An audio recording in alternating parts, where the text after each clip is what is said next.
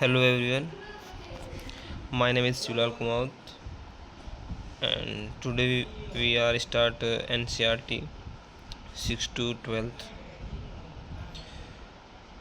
और आज हम क्लास 1 स्टार्ट करेंगे जिसका और क्लास 6 से स्टार्ट करेंगे और लेसन 1 होगा हमारा। लेसन का नाम है विविधता की समझ। हम NCRT स्टार्ट इसलिए कर रहे हैं क्योंकि एक NCRT एक हमारा एक बेसिक है। भले ही हम NCRT को स्टार्ट में जैसे हम 12th से 6 से 12th क्लास तक पढ़ चुके हैं, लेकिन हमारा जो अब उस टाइम की समझ और अभी की जो प्रेजेंट की समझ उसमें बहुत कुछ अंतर आ चुका है। जो चीज़ें हमें उस टाइम समझनी चाहिए थी उस टाइम हम समझ नहीं पाते और उन चीज़ों को अब हम अभी प्रेजेंट में आसानी से समझ सकते हैं। और जो NCRT एक ऐसा सिलेबस है जो किसी भी परीक्षा के लिए इम्पोर्टेंट होता है। और हम NCRT में आज पॉलिटी, जिसको हिंदी में राजनीति बोलते हैं, उसका फर्स्ट चैप्टर होगा हमारा विविधता की समझ।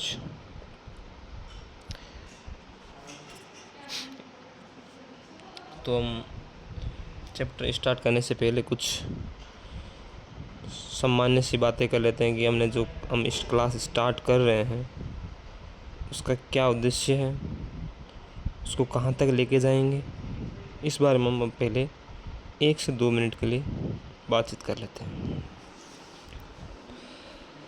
आज हम जैसे ही सबको पता चल चुका है कि राजनीति की क्लास स्टार्ट कर रहे हैं, जो आप देख पा रहे हैं वो मेरे द्वारा लिखे गए नोट्स हैं, जो मैंने एक पेड कोर्स से अपने नोट्स बनाए हैं। मैंने एक कोर्स ख़रीद रखा है NCRT बुक्स का, उसी के जो टीचर पढ़ाते हैं, जो अच्छे पॉइंट जो एग्ज़ाम में आने लायक है, वो नोट्स मैं आपको प्रोवाइड करूँगा, जो कि NCRT पॉलिटी 6th क्लास से लेके 12th क्लास तक चैप्टर वाइज होंगे। हम हर दिन एक चैप्टर को पूरा करेंगे। जैसे कि आज का चैप्टर हमारा लेसन 1 होगा विविधता की समझ, जो NCRT पॉलिटी का 6th क्लास का फर्स्ट चैप्टर होगा। हम ऐसे ही चैप्टर वाइज पूरा बना 6 से लेके 12th क्लास तक आपको चैप्टर वाइज नोट्स प्रोवाइड करते रहेंगे। इस नोट्स को आप भी अपने नोट्स में शामिल कर सकते हैं और शामिल करना भी चाहिए, क्योंकि जो पॉलिटी 6 से 12th क्लास तक वो ऑल एग्ज़ाम में आती है। जो दूसरे एग्ज़ाम होते हैं वो हाई स्टैंडर्ड के, उसमें भले ही चाहे 12th क्लास के वो जैसे एग्ज़ाम्पल लक्ष्मीकांत होगा वो UPSC में आता है, वो अलग चीज़ है।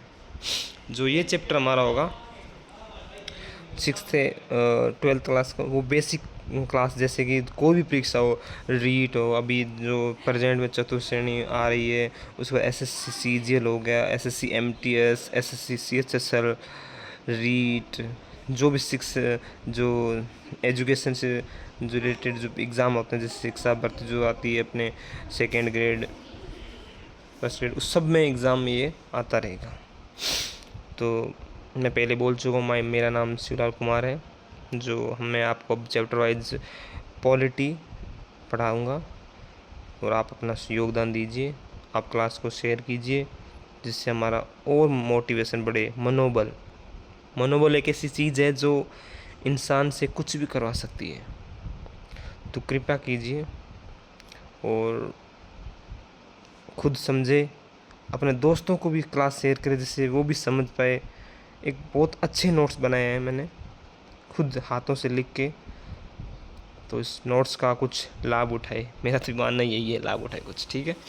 तो पहले क्लास स्टार्ट जो हमारे चैप्टर से पहले हम बेसिक कुछ देख लेते हैं। जैसे समाज क्या है, उसके बारे में हम अभी डिस्कस करेंगे थोड़ी देर के लिए। जैसे समाज होता है वास्तविक और काल्पनिक, संघर्ष, समाधान कैसे कर सकते हैं। कोई भी चीज़ का समाधान करना हो तो एक लड़ाई झगड़े से एक शांतिपूर्ण कर सकते हैं। दो ही है, एक हिंसात्मक न्याय चाहिए या शांतिपूर्ण कौन करेगा।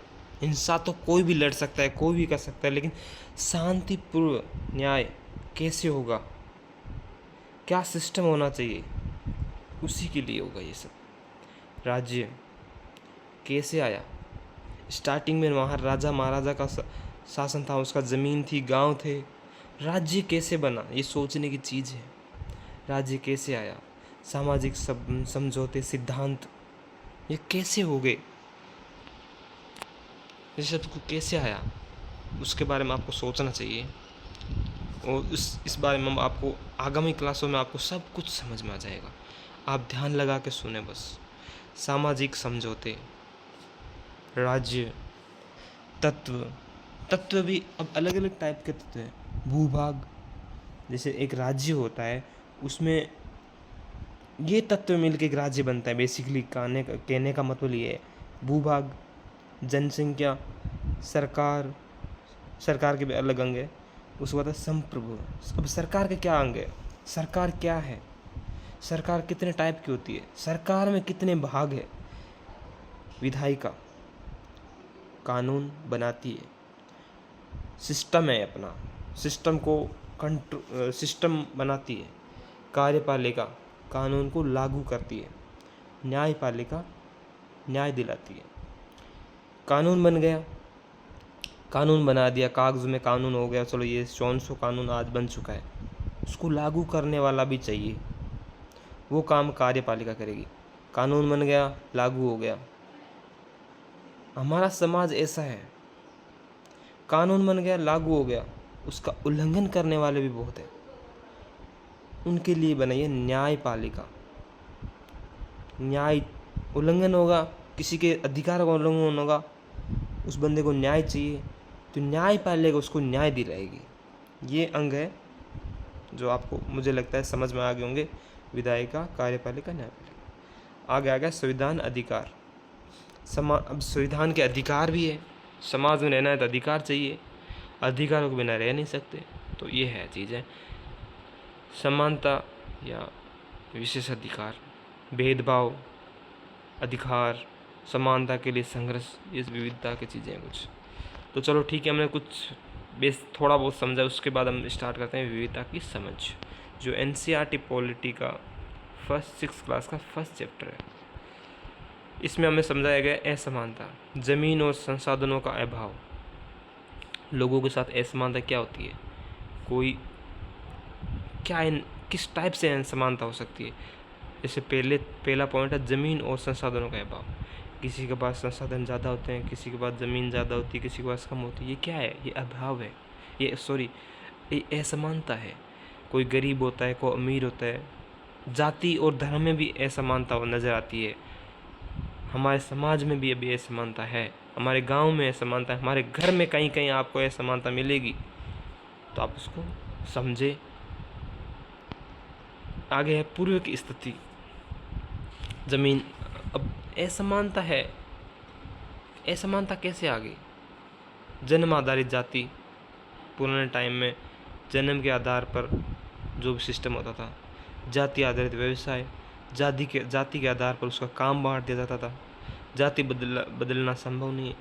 और आप ये चीज़ तो आपको बोलने की ज़रूरत नहीं है कि एक बार किसी की जाति, किसी समाज में एक बंदा, कोई लड़की या लड़का पैदा हो जाता है, तो हमारे समाज में उस जाति को बदलना बहुत मुश्किल है।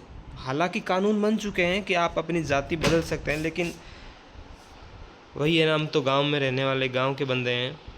इतना हमारा डेवलप नहीं है अभी। राजस्थान, जैसे मैं राजस्थान से हूँ, या कई दूसरी जगह से भी मान लो आप, तो ऐसे आसानी से जाति नहीं बदल सकते किसी की।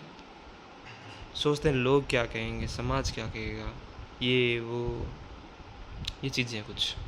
तो इसके पूर्व स्थिति के आधार पर हमारा आगे चलता रहता है। जाति, सेम जाति में मेरी जाति ये है, तो मेरे बच्चों की, मेरे दादा की, मेरे पापा की, सेम जाति से चलता रहता है।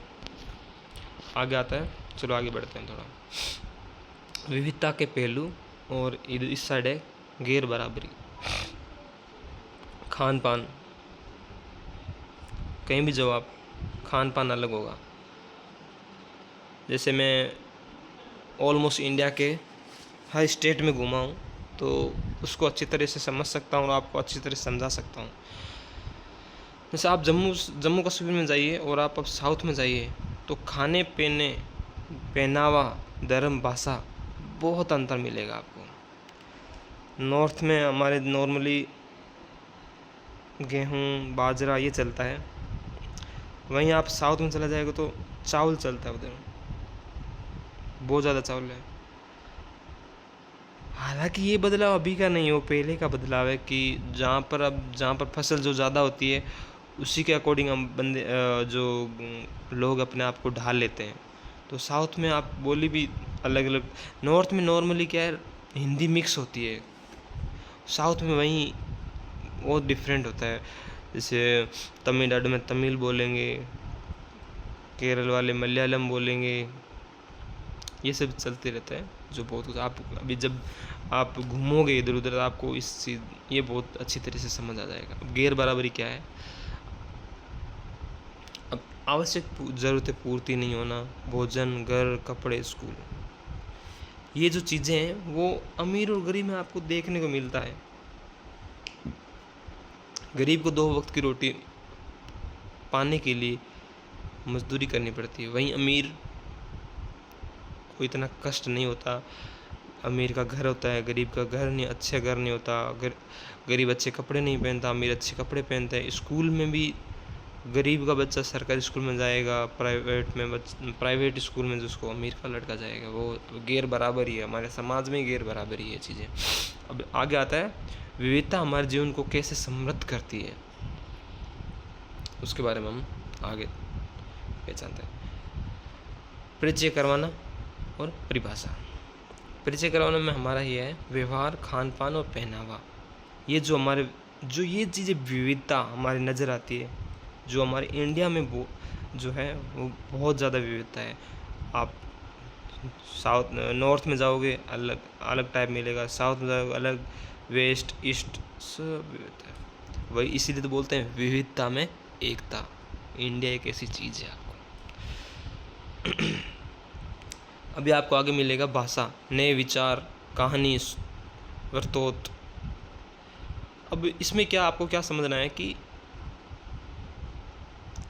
आप साउथ में जाएंगे, आप नॉर्थ में जाएंगे, आप ईस्ट में जाएंगे, आप वेस्ट में जाएंगे, नए विचार मिलेंगे आपको। कुछ काम करने का उनका अलग तरीका होगा।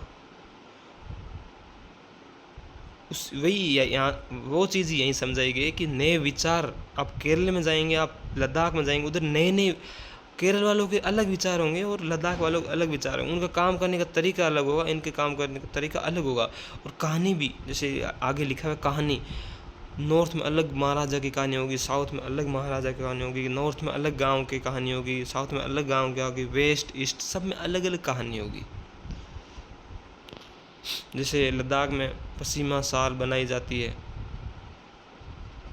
पश्मीना शॉल बनाई जाती है, शॉल जो बहुत ही कीमती होती है। जम्मू में पश्मीना नामक बकरी की किस्म की ऊन से बनाई जाती है, जो एक बकरी का किस्म का नाम है ये पश्मीना, जो उसकी शॉल बनाई जाती है, जो काफ़ी महंगी मिलती है। आप यूट्यूब पे या फिर गूगल पे सर्च करिए, इसके बारे में पढ़िए, आपको ये एक अच्छा नॉलेज की चीज़ है कि पश्मीना शॉल जो जम्मू में लद्दाख इधर की साइड बनाई जाती है उसका अलग इम्पोर्टेंस है अपने। अब है विविधता में एकता। ये आपने बहुत सुना होगा, विविधता में एकता। ये नाम सुन के मुझे बहुत अच्छा लगता है कि हम इंडिया के रहने वाले हैं। विविधता में एकता हमारे खून में है। ताकत का स्रोत क्या है? स्वतंत्रता संग्राम। हमने कैसे एकता है पाई?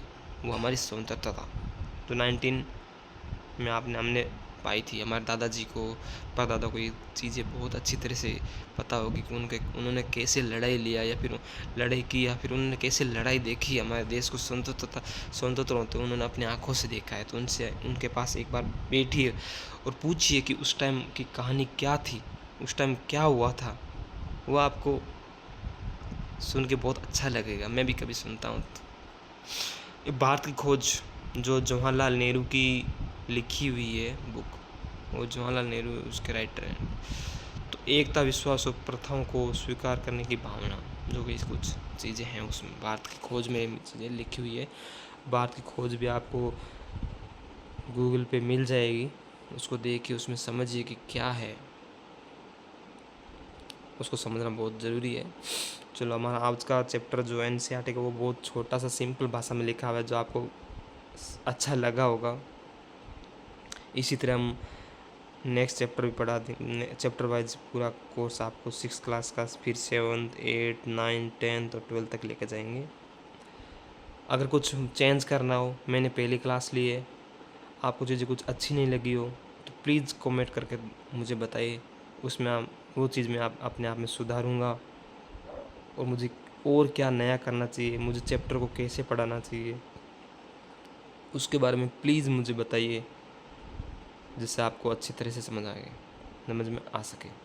जय हिंद, जय भारत।